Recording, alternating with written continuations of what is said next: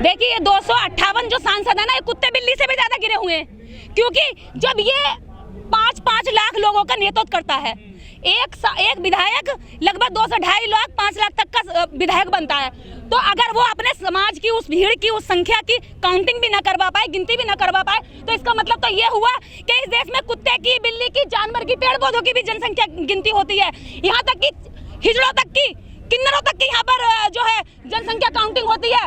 इसका मतलब ये सांसद, ये विधायक इन कीड़े मकोड़ों, पशु पक्षियों, कुत्ते बिल्ली और इस देश के जो किन्नर हैं, जो तीसरे जेंडर हैं, उनसे भी ज्यादा गिरे हुए, नीचे जमीन में गड़े हुए, जो अपने समाज की जनसंख्या गिनती नहीं करा। अगर मैं भी कहीं भजन कीर्तन कर रही होती ना, बाबाओं के चरणों में नतमस्तक हो रही होती और जय हो ये स्वामी, जय हो बाबा स्वामी, तो मेरी बातों से किसी की भावना आहत नहीं होती। हमारे सांस लेने पर भी उन्हें भावना आहत हो जाती है और वो सदियों से हमें मार रहे हैं, तो क्या हमारी भावना आहत नहीं होती? क्या हम में भावना नहीं? क्या हमारी माँ ने 9 माह अपने पेट में नहीं रखा?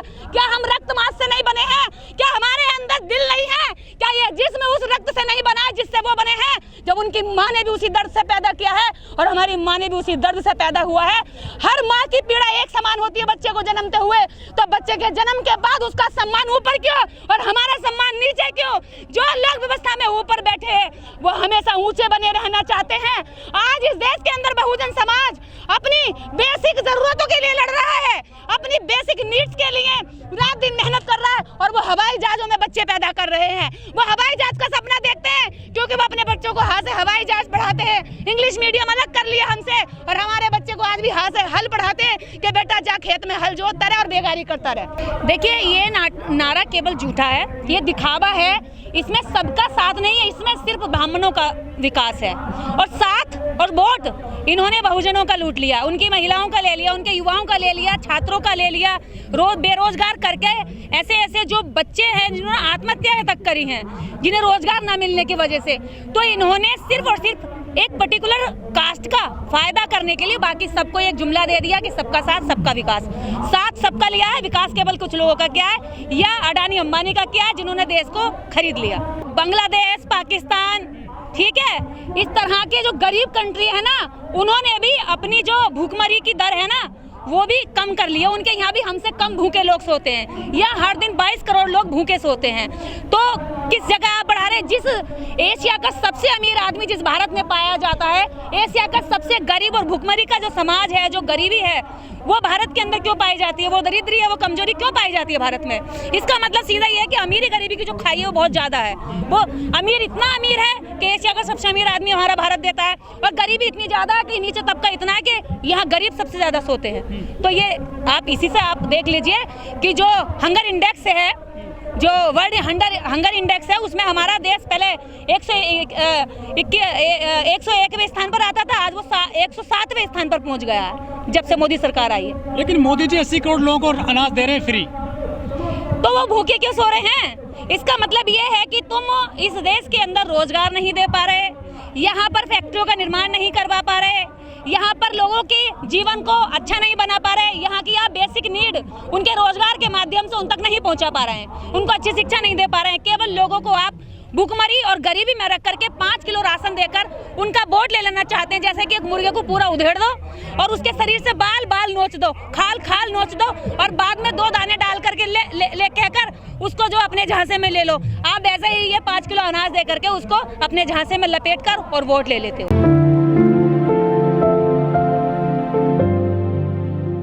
देखिए न्याय अधिकार, इसका मतलब सीधा सीधा साफ है कि कुछ लोगों के साथ यहाँ अन्याय हुआ है, और कुछ नहीं, बहुत बड़ी संख्या में जो इस देश के अंदर लोग रहते हैं, जो इस देश के निर्माण में अपनी भूमिका निभाते हैं, उनको आज तक किसी भी स्तर पर न्याय नहीं मिला है। इस वजह से आज देश का वो बहुजन तबका इकट्ठा होकर के सभी संगठन जो देश के अलग अलग शहरों में, स्टेट्स में, गाँव में संगठन चला करके अपने न्याय की, अपने अधिकार की मांग करते हैं, आज वो सभी लोग सामूहिक रूप से यहाँ सरकारों के सामने ये कहने आए हैं कि हमारे साथ ये शोषण, अत्याचार और अन्याय कब तक चलता रहेगा। इसलिए इस कार्यक्रम का नाम भी न्याय अधिकार सम्मेलन रखा गया है। क्या ये आपने भी भक्तों का वो पढ़ लिया क्या? क्योंकि उन्हें तो जो भी कह दो ना, अगर उन्हें कह दिया कि ये देश दुनिया का सबसे खूबसूरत देश है, तो वो इस देश के जातिवादी कोड को भी नहीं देखेंगे, इस देश की गरीबी को भी नहीं देखेंगे, इस देश के बलात्कार को भी नहीं देखेंगे, इस देश की महिला असमानता को भी नहीं देखेंगे, और कहेंगे देश खूबसूरत हो रहा है। ठीक है। तो उनके कहने से ये देश खूबसूरत नहीं हो जाता। खूबसूरत करने के लिए वास्तव में यहाँ इस देश की व्यवस्था में अच्छे लोग बैठने चाहिए, अच्छी सोच के लोग बैठने चाहिए। इसीलिए आज सारा बहुजन समाज इकट्ठा हुआ है और बाबा साहब डॉक्टर अम्बेडकर के परिनिर्वाण दिवस पर आज यहाँ से प्रतिज्ञा लेकर जाएंगे कि कितने सारे संगठन एकजुट हुए हैं, एकजुट होकर के लड़ाई लड़ें, क्योंकि दुश्मन आपको किसी भी हाल में मार देना चाहता है। आप अगर अलग अलग रहे तो मरे जाओगे, इसलिए आज जरूरत है कि छिते कुटे पिटे लोग जो है ना, जो बिखरे पड़े हैं, वो सारे इकट्ठे हों, वरना ये हाल ऐसी रहेगा। अच्छा ऊपर से लेप कर देंगे, अंदर इनमें सड़ान मारती रहेगी। देखिए, विश्वास तो इसलिए है क्योंकि हम मेहनत कर रहे हैं और मेहनत के रिजल्ट अगर 100 नहीं आए तो 90 तो आएंगे ही। और मेरी कोशिश ये है कि हम सब लोग जब आज का यही मेरा वक्तव्य था और आगे कल भी रहेगा कि जब हमें त्याग की भावना, जब लाइन लग रही हो त्याग करने की, तो हम उस लाइन में पहले खड़े हों, और जब लाइन लग रही हो क्रेडिट लेने की तो हम उस लाइन में पीछे खड़े हो जाएं। इस सोच के साथ यदि हम लोग काम करेंगे तो मुझे लगता है बहुजन समाज जल्दी ही उसी को तो सीधा करने का प्रयास, उसको बदलने के लिए ही आज इस मंच का निर्माण किया गया है। आज पहली शुरुआत है। आप इस पर देखिएगा कि हम वही काम करेंगे जो जितनी मेहनत करेगा वो इतना क्रेडिट का हकदार होना चाहिए। ये नहीं धक्का मारा और वो आगे चला गया। जो वास्तव में मेहनत कर रहा है उसको पीछे कर दो। वही काम तो सवर्ण ने हमारे साथ किया, वही काम अब इस समाज के होशियार लोग इस समाज में काम करने वालों के साथ कर रहे हैं। देखिए, ऐसे कार्यक्रम साल भर में 2 या 4 होते हैं और मुझे लगता है इस बहुजन समाज की बहुत बड़ी संख्या है। यहाँ बहुजन समाज अपने अधिकारों को जानता, अपने महापुरुषों को जानता, महापुरुषों की विचारधारा को जानता है और अपनी सच्ची लड़ाई को जानता है। जब ये समाज कावड़ लेने 10,000 रुपए खर्च कर सकता है, 1.5 लाख रुपए डीजे पर लगा सकता है, जब ये सामान गंगा नहाने जा सकता है, नंगा पड़ा रह सकता है, धूप में गर्मी में चल सकता है, पैरों में छाले डाल सकता है, तो 400-500 रुपए खर्च करके अपने बच्चों का भविष्य बचाने के लिए यहाँ नहीं आ सकता है क्या नहीं आ सकता? बताओ, सारे लोग आ सकते हैं ना? तो फिर हम सब लोग ये न्याय की लड़ाई में लड़ने के लिए आ रहे हैं। यहाँ पे जरूरी नहीं है कि हमारी कुर्बानियां हो जाएं और हमारे पैसे की अगर 1000-500 की कुर्बानी होती है तो क्या दिक्कत है? हमारी हजारों वर्ष की गुलामी से हम लड़ते आ रहे हैं। अगर आज 1000 रुपए जेब में आए तो वो भी बाबा साहब अम्बेडकर की वजह से आए, तो क्या 1000 रुपए खर्च करके अपने अधिकारों के लिए नहीं जा सकते? यहाँ जितने भी लोग हैं, मुझे लगता है ये वही लोग हैं जो बाबा साहब डॉक्टर अम्बेडकर की विचारधारा को जान करके इनके चेहरे खुल उठे हैं, इनमें आत्मविश्वास जग चुका है, इनमें हिम्मत आ चुकी है। ये वही लोग हैं, यही उन लोगों को जाकर बताएंगे कि तुम भी उठो, तुम क्यों ऐसे नीरस पड़े हो, क्यों मरे पड़े हो, क्यों बेदम पड़े हो, अपने अंदर डॉक्टर अम्बेडकर का विचार भर, बुद्ध की करुणा भर और हिम्मत भर और खड़ा हो जाइए। दुनिया तेरी है, जीतने के लिए सब कुछ पड़ा है। जब हमारा तो जन्म ही उनकी भावना आहत करने के लिए हुआ भैया। अगर हमारा जन्म होते ही जब हमारे दादा परदादा हमारे यहाँ जब बच्चा होता था तो कहते थे बड़ों घर में जाके, साहब मोड़ो हुआ है, मोड़ो तोरो गुलाम हुआ है, तोहार गुलाम हो गया पैदा और मोड़ी हुई है, तो हर घर में जहाँ झाड़ू पोछा करेगी तो हर बच्चों को खिलाएगी। तो तब हमारा जन्म इनके लिए बढ़िया था, तब इनकी हम पे दया थी। लेकिन जब आज हमारी माँ कहती है चल हट, तुझसे मैं अपना बेटी का नाम नहीं रखवाऊंगी, मेरी बेटी का नाम तू लच्छो दासी, कच्छो दासी, ना जाने क्या क्या दासी लिख रहा था, तो मेरी माँ ने कहा मैं अपनी बेटी का नाम निर्देश रखूंगी, तो मेरे नाम से चिढ़ है। अब मेरी माँ ने कहा कि मेरी बेटी तुम्हारी गली सड़ी परंपराओं को नहीं मानेगी, उनको तोड़ करके एक नया रास्ता बनाएगी और देश की समस्त महिलाओं को चलाएगी, अपने पूरे समाज को उस दलदल से निकालेगी।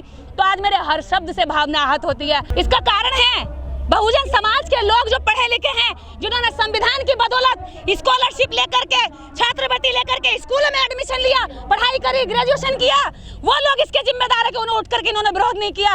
वो लोग जिम्मेदार है जिन्होंने नौकरी में आरक्षण से नौकरी में तो गए, आरक्षण से प्रमोशन भी लिया, लेकिन जब संविधान जला तो मुंह में टेप लगाकर बैठे रहे। तब भी हम जैसे लोग चीख चिल्ला रहे थे कि तुमने संविधान क्यों चलाया। तो ये वो गद्दारों की वजह से।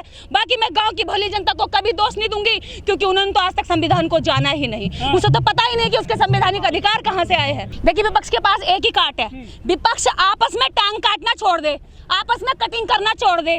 बहुजन समाज की कई ऐसी पार्टियां हैं, बसपा है, एएसपी है, आरएलडी है, सपा है, अगर ये सारे एक जगह आ जाते हैं तो दावा करती हूँ तुम्हारा इसी 2024 में अगर प्रधानमंत्री ना बन जाए ना, तो जो सजा दोगे मैं वो सजा लेने को तैयार हूँ। जो तुम्हें लग रहा प्रधानमंत्री पद का लग रहा है कि वो लायक है, उसको प्रधानमंत्री घोषित करो, और बाकी सारे अलग अलग राज्यों में जिसकी संख्या जिसकी ज्यादा हो, जिस जाति की, उस जाति की संख्या का अनुपात में उस जाति का वहाँ पे मुख्यमंत्री घोषित कर दो और लड़ो इकट्ठे होकर के। देखो ये सारा समाज बच जाएगा। हमारी जवानी, हमारी कुर्बानी, हमारा जीवन, हमारे पैरों की कितनी चप्पलें घिस गई, लेकिन ये बड़े नेता बैठ करके मलाई चाट रहे, 3-4 पीढ़ियों के लिए धन इकट्ठा कर जाएंगे और हम पे ये नहीं पता कि शाम को हम रोटी खाएंगे कि नहीं खाएंगे। देखिए, पुण्यतिथि आज बाबा साहेब की इस देश ने, इस दुनिया के लिए बहुत बड़ी क्षति है। लेकिन प्रोग्राम में आई है? हाँ, मैं इस प्रोग्राम में आई हूँ, इस प्रोग्राम की मैं आयोजक भी हूँ। ढोलक बाज रही है? देखिए, जब गाना बजता तो गाना कैसे बनेगा, ढोलक भी बजेगी, उसमें बांसुरी भी बजेगी, उसमें सब कुछ बजेगा, क्योंकि गाना बन रहा है। क्या गाने दुखी नहीं होते? क्या गाने सैड वाले नहीं होते? ये तो कोई तर्क नहीं हुआ। गाना बज रहा है बाबा साहब को याद करने के लिए, क्योंकि अभी बहुत सारे लोग ऐसे हैं जो नहीं जानते। तारीख दूसरी हो सकती थी ना आज इस कार्यक्रम की? तो हो सकता है, और भी पीछे जो सिस्टम है उसमें जाकर के इस बात को कह दिया जाएगा, वो ठीक हो जाएगी, कोई बड़े इशू नहीं है।